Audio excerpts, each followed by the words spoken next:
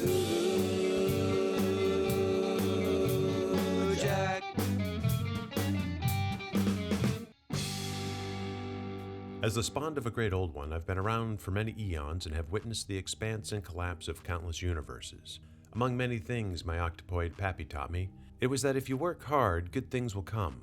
Now, I don't know if that's the case on all accounts, but what I do know is in the year of our cosmic overlords in 2024, how is it that this fight scene in Disney's Echo is considered acceptable in a multi-million-dollar franchise company show?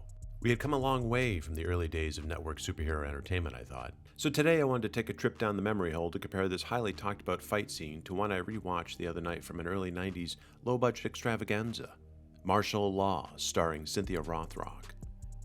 But first, follow me back to my distant youth of the 1970s and early 80s for a weekly ritual that included the Saturday morning sacrifice to the sugar and cartoon gods for a little context to what's to come.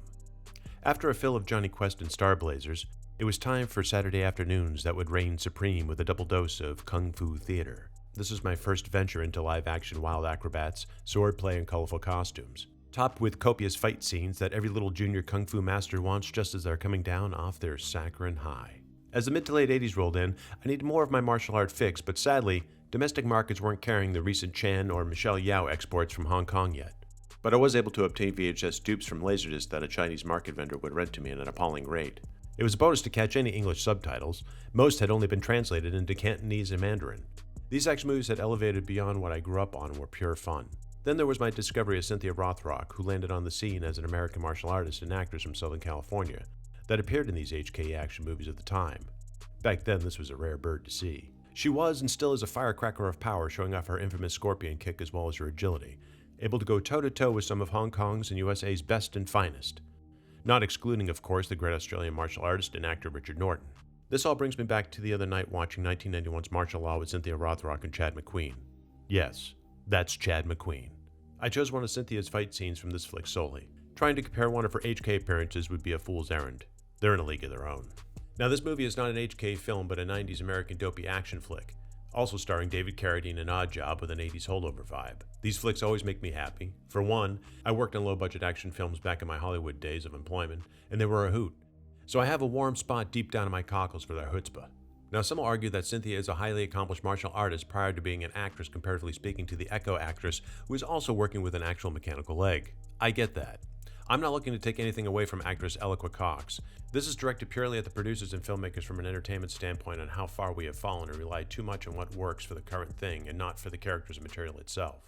They should want more than anything to make Eloqua Cox look fantastic. She's the star. This scene does the complete opposite for her. In comparison, Martial Law is a low-budget 33-year-old, well-lit so you could see all the action type of flick. Mind you, if your fight scenes ain't working, edit, or shut off the fill light, backlight and smoke them up, or shoot using silhouette shadowboxing. In the movie Martial Law, Cynthia is also fighting legend Benny the Jet Yakitas, a professional kickboxer, martial artist, and teacher himself. He also fought Jackie Chan in Wheels on Meals and Dragons Forever. Here's a side note. Benny's gym is featured predominantly throughout Martial Law as David Carradine's baddie hangout. Cynthia Rothrock and Benny the Jet are not lightweights in their professional fields of expertise when they come to set. As a producer, you're paying for that. You're paying for that hard work and talent.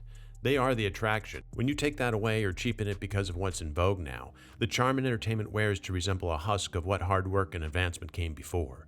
So when you set out to create a fight scene or any scene, maybe, just maybe get the right persons for the job. You can still light it moody and dark. You can even face swap and no one will be the wiser. So no matter any budget, put your best foot forward with hard work. Heck, even James Bond had a stunt double. Do better, Hollywood. You have the means. I know Cynthia Rothrock is still acting and kicking ass. She just wrapped a Western. Now that's entertainment, baby. Thank you for listening and for the support. Please like and subscribe and hit that notification bell. This summer we launch a new Lovecraft PI volume on Kickstarter. Click links for notification.